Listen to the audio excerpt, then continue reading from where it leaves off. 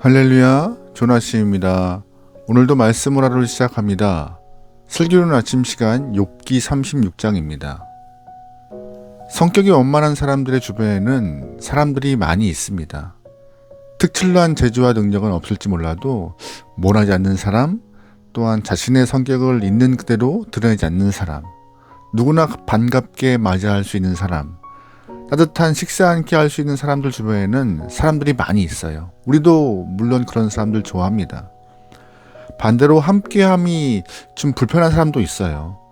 자기 주장과 색깔이 강해서 자신의 모든 것들을 드러내야 직성이 풀리는 사람들은 사람들이 좋아하지 않습니다. 옆에 사람이 별로 없는 것 같아요. 그런 의미에서 하나님은 불편하신 분일까요? 아니면 두루두루 편안하신 분일까요? 말해 뭐합니까? 하나님은 편안한 분이십니다. 어떤 면에서 하나님이 두루 편안한 분이실까요? 하나님은 모든 사람을 품어주시고 누구라도 하나님께 가면 자신의 존재를 맡길 수 있는 그런 인격을 갖고 계신 분이 하나님이심을 우리는 알고 있습니다. 그래서 우리는 하나님을 사랑의 하나님이라 말하게 되는 것이죠. 하지만 동시에 하나님은 사랑만 갖고 계신 것이 아니라 공의의 하나님이심을 꼭 기억해야 합니다. 하나님은 정의로우시고 공의로우셔서 죄를 용납하지 않으세요. 만약 죄가 있으면 반드시 심판하시고 정리하시고 넘어가셔야 하는 분이 하나님이십니다. 하나님은 사랑과 공의가 동시에 있다고 말씀을 드렸습니다. 그런데 하나님의 성품은 이 사랑과 공의는 무조건적이라는 특징이 있어요. 무조건적인 정의와 무조건적인 사랑은 부딪힐 수밖에 없는 그런 딜레마가 존재하는 상황이 하나님 앞에 놓여 있던 것이죠. 그런데 우리가 보기에는 정의와 사랑이, 공의와 사랑이 공존하는 것이 어려워 보이지만 하나님은 이 사랑과 공의가 공존해야 하는 이 딜레마를 십자가 안에서 다 푸셨습니다. 하나님은 십자가에서 예수님에게만 하나님의 공의를, 정의를 쏟으심으로 예수님 한 분만으로 인간의 모든 죄를 대표하여서 십자가에 죽게 하심으로 공의를 보이셨습니다. 또한 부활을 통하여서 인류를 구원으로 인도하시는 사랑의 길을 완성하셨어요. 하나님은 그 피조물인 인간을 너무나 사랑하셨기 때문에 죄인된 인간을 버려두지 않으시고 십자가로 구원을 완성하신 것이죠. 또한 하나님은 인간을 심판할 때도 공의의 관점에서만 심판하신 것이 아니었어요. 그 모든 과정 가운데 사랑의 모습 또한 존재하고 있음을 우리는 기억해야 합니다. 노아 홍수 시대에 하나님은 인간을 심판하심에 있어서 120년 동안 돌아올 수 있는 기회를 허락하셨어요. 바로 심판하신 것이 아니었어요. 또한 소돔과 고모라를 심판할 때에도 하나님은 수많은 선지자를 보내셔서 돌이키기를 촉구하셨습니다. 이처럼 하나님은 공의를 주관하시면서도 사랑의 마음을 어디서나 표현하시면서 공의와 사랑이 공존할 수 있는 그 모습을 이루어 가셨습니다. 우리가 이런 하나님을 온전히 보지 못하고 공의의 하나님만 아니면 사랑의 하나님만 한쪽으로 치우친 하나님만 보게 되면은 우리가 하나님에 대해서 오류를 범하게 돼요. 그러기에 사랑의 하나님과 공의의 하나님 모두를 알아야 하는 것이 성도의 바른 모습임을 꼭 기억하셔야 합니다. 오늘 본문에 나오는 엘리후는 다행스럽게도 치우친 하나님, 꼭 한쪽으로 쏠린 하나님이 아니라 균형이 잘 잡힌 사랑과 공의 하나님을 다 말하고 있습니다. 사실 지난주에 보았던 35장에서 엘리후는 높이 계신 하나님을 증거했습니다. 욥이 죄를 지어도 영향받지 않을 만큼 하나님은 높이 계시고 우리와 질적으로 다른 분임을 설명하고 있습니다. 게다가 엘리후는 욥이 아무리 선을 행해도 하나님께 아무런 유익이 되지 않고 욥이 어떤 말을 해도 하나님은 절대로 그 욥의 이야기에 흔들리지 않는 분이라고 설명했죠. 35장에서 엘리후가 했던 이야기를 들어보면은 하나님은 우리와 상관없는 분처럼 느낌을 받기도 해요. 사실 엘리후의 말은 완전하게 틀린 말은 아니에요. 엘리후가 말하는 하나님의 모습은 절반만 이해하는 하나님의 모습이었는데 다행히도 오늘 36장에서 엘리후는 나머지 절반의 하나님의 모습을 말하고 있어요. 엘리후는 하나님이 우리의 인생에 큰 관심을 갖고 계시고 우리가 어떤 고통 가운데 있든 돌보시고 살피시는 분임을 욥에게 설명하므로 큰 위로를 주고 있는 본문이 오늘 36장의 이야기입니다. 5절 말씀이에요. 하나님은 능하사 아무도 멸하지 아니하시며 그의 지혜가 무궁하사 악인을 살려두지 아니하시며 고난받는 자에게 공의를 베푸시며 그의 눈을 의인에게서 떼지 아니하시고 그를 왕들과 함께 왕좌에 앉히사 영원토록 존귀하게 하시며 아멘.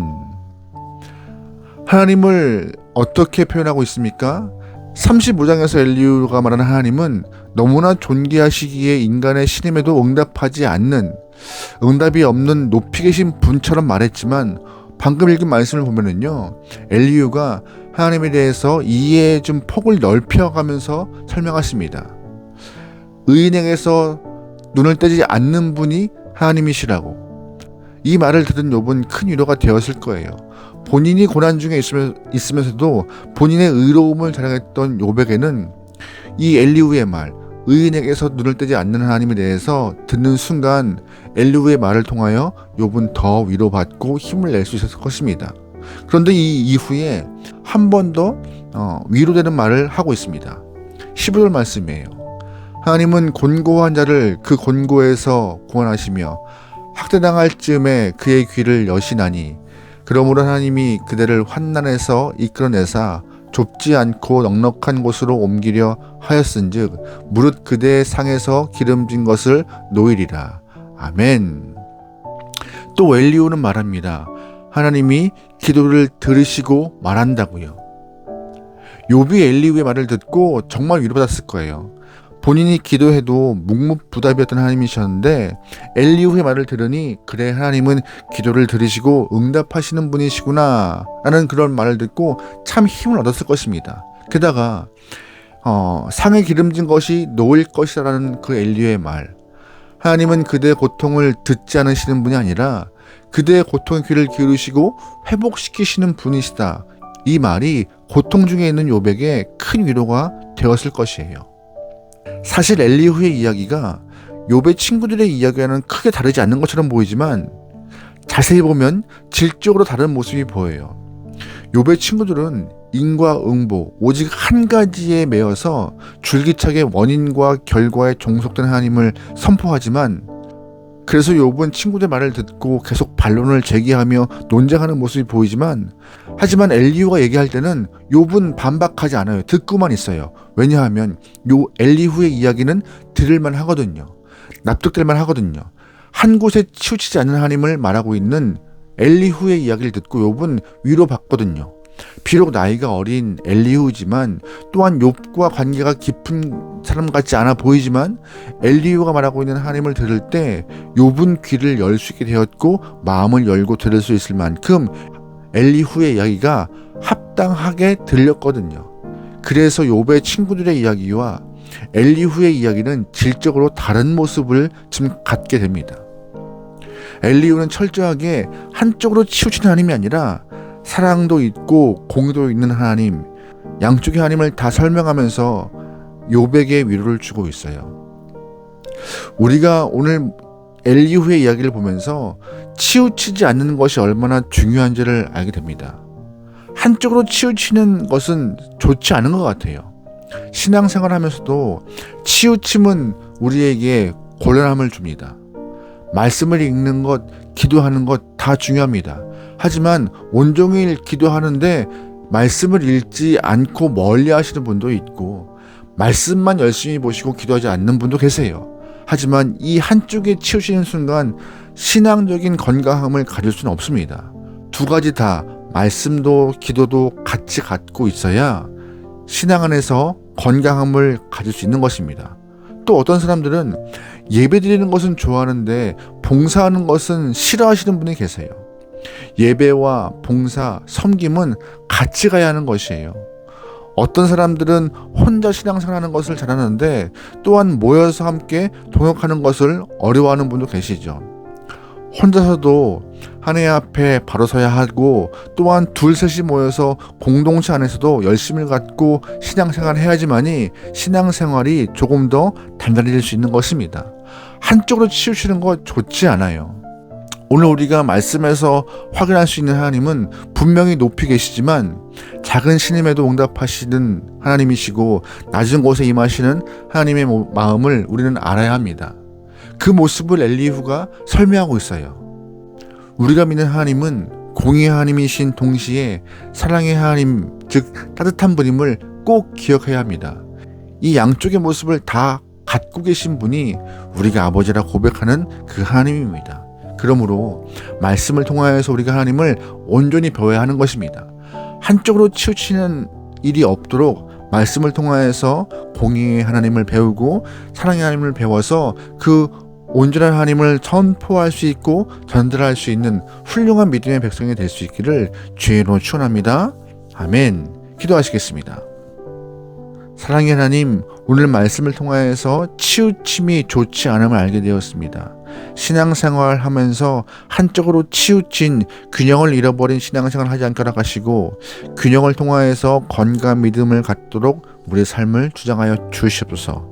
특별히 간구하는 것은 하나님의 모습 또한 온전하게 알기 원합니다.